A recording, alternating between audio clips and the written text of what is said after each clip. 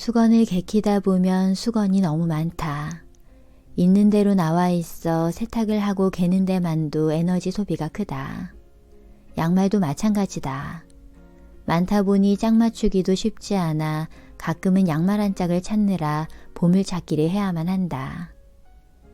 이렇게 많아서 생기는 번거로움을 겪을 때마다 차라리 조금 부족한 쪽이 낫지 않나 하는 생각이 들고는 한다.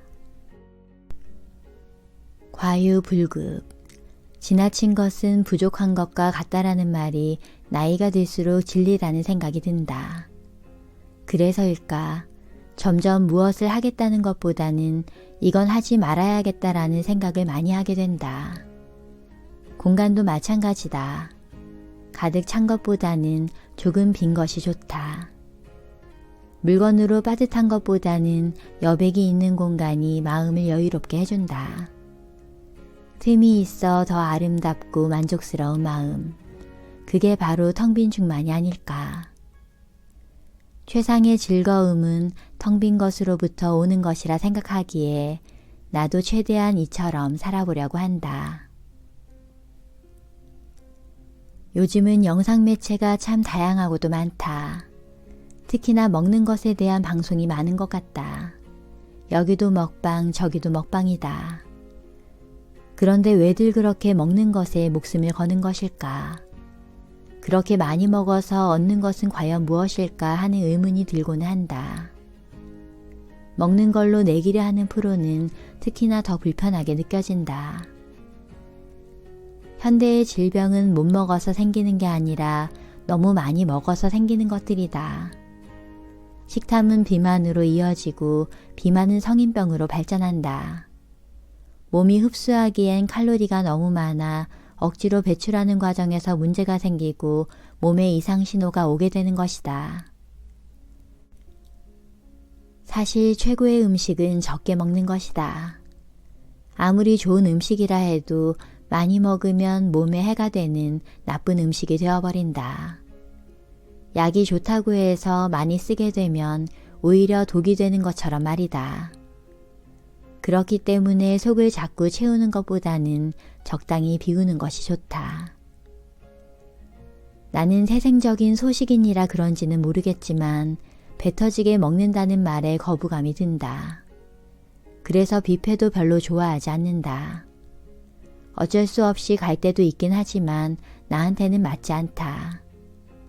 일단 밥을 먹으면서 자꾸 일어났다 앉았다 하는 것도 귀찮고 대화 흐름은 자꾸 끊어지며 맛에 집중할 수도 없다. 한식, 일식, 중식 다 먹은 것 같지만 사실 하나도 제대로 먹은 것 같지 않다. 무엇보다 뷔페를 좋아하지 않는 가장 큰 이유는 과식 때문이다. 견물생심이라고 예쁘게 세팅되어 있는 가진 음식들을 보면 나도 모르게 과식을 하게 된다. 인간이 사는 데 있어 먹는 일은 참으로 중요하다. 사람들 모두 열심히 일하는 이유도 다 먹고 살아야 하기 때문이다. 그러나 먹는 것만이 우리 삶의 전부가 아니지 않은가. 과한 식탐은 오히려 몸을 해할 수 있기 때문에 절제할 수 있어야 한다. 넘쳐서는 안 되는 것, 가급적 줄여야 할 것 중 빠져서는 안 될 것이 바로 말이다. 우리는 쓸데없는 말, 아무 소용없는 말을 참 많이 하면서 산다. 어쩌면 과잉 중 최고의 과잉은 말이 많은 것이 아닐까 한다. 나는 말이 많은 사람을 신뢰하지 않는다. 특히나 차분히 얘기해도 되는 내용과 상황임에도 목소리를 높여 구구절절 늘어놓는 사람을 볼 때면 말에 알맹이가 없으니 설득력이 떨어져 그러는 걸까 하는 의구심이 들기도 한다. 또 입만 열면 자랑인 사람들도 어렵지 않게 볼 수 있다. 자기가 사는 집이 얼마나 크고 좋은지, 이번 해외여행이 얼마나 좋았는지, 결혼기념일에 얼마나 비싼 음식을 먹었는지, 자식 결혼식 때 돈을 얼마나 썼는지 등 얘기하자면 정말 끝이 없다. 물론 한두 번쯤은 그럴 수 있다. 그러나 그런 일이 반복되면 의도치 않게 사람들 입에 오르내리는 일이 생길 수도 있다. 사촌이 땅을 사면 배가 아프다. 이 말은 타인이 잘 되는 것에 대한 부러움과 지기 싫어하는 마음을 표현한 속담이다. 또 요즘에는 배고픈 건 참아도 배 아픈 건 못 참는다는 우스갯소리가 나왔을 만큼 인간의 본능적인 시기와 질투는 어찌 보면 본능적인 것인지도 모른다.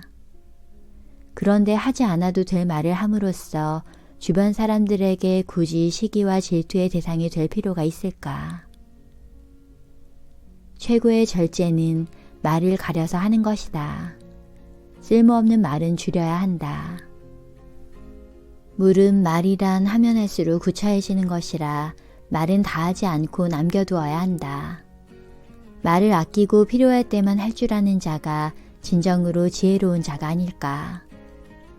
그렇기에 말을 줄이려면 마음을 다스릴 수 있어야 한다. 말을 줄이고 침묵하는 것. 여기서의 침묵은 말을 하지 않음으로써 더 많은 말을 하는 것이다. 이것이 말의 여백이다. 많은 사람들이 시간이 부족하다는 이야기를 자주 하고는 한다.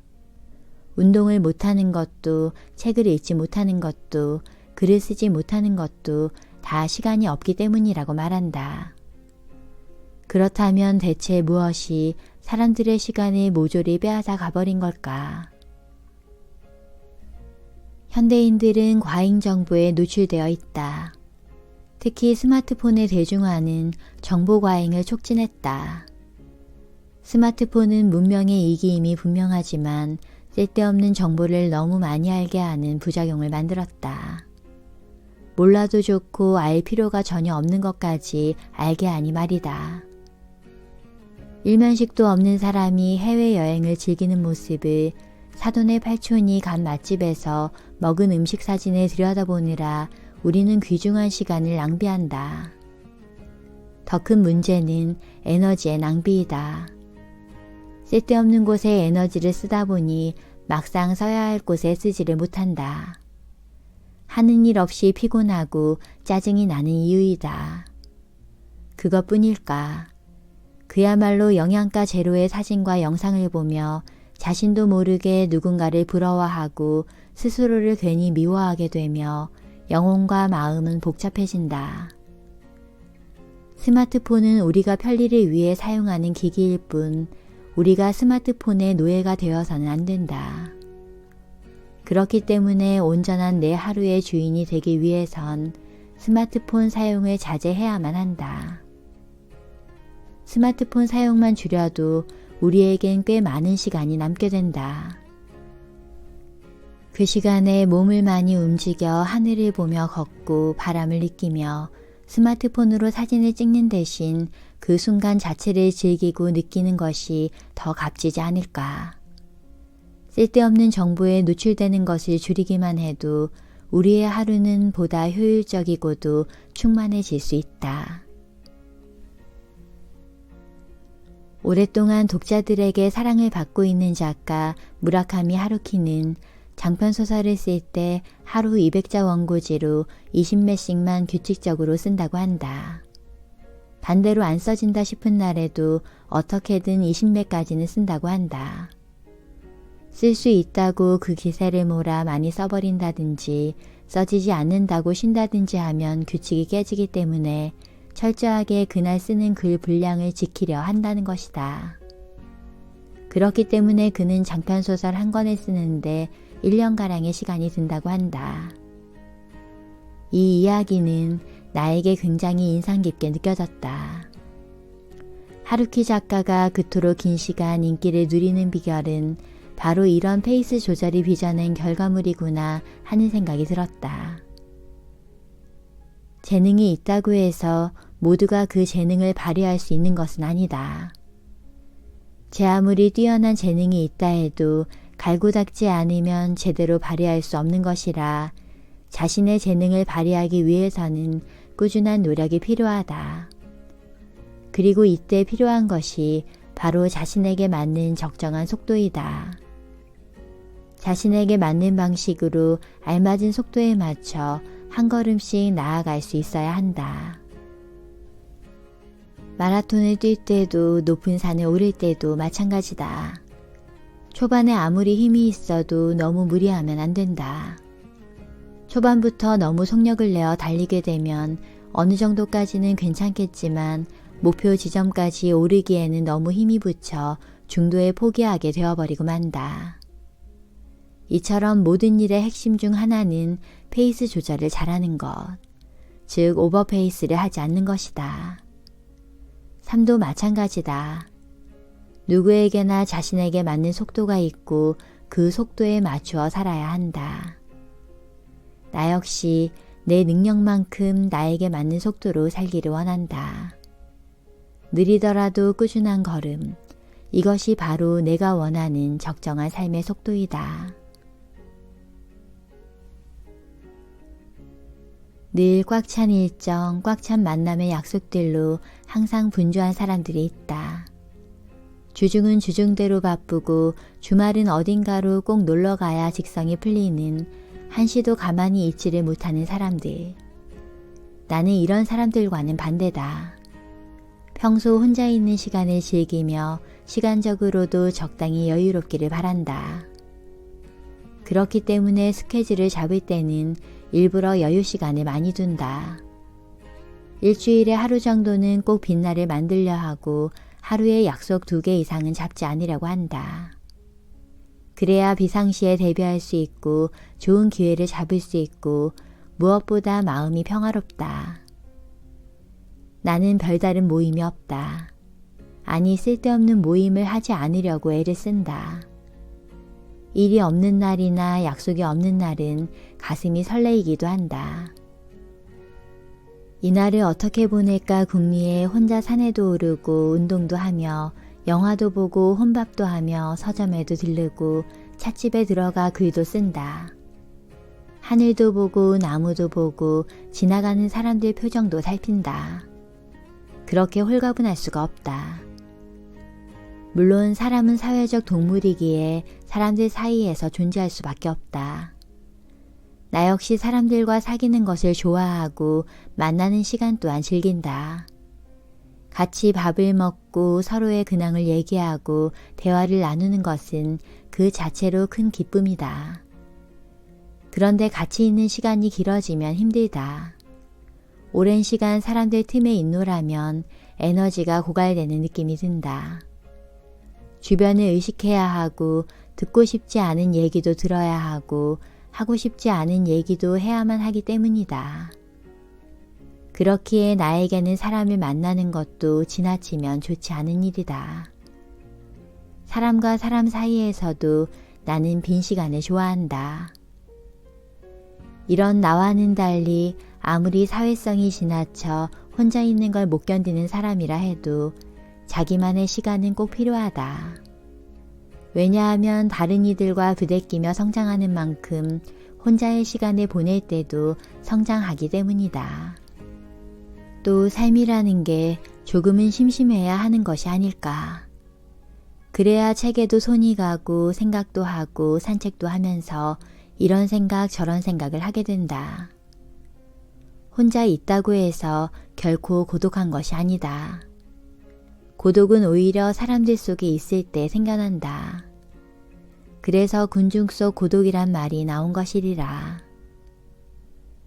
사람은 혼자 있을 때 성장할 수 있으며 홀로 있어도 충분히 충만하다.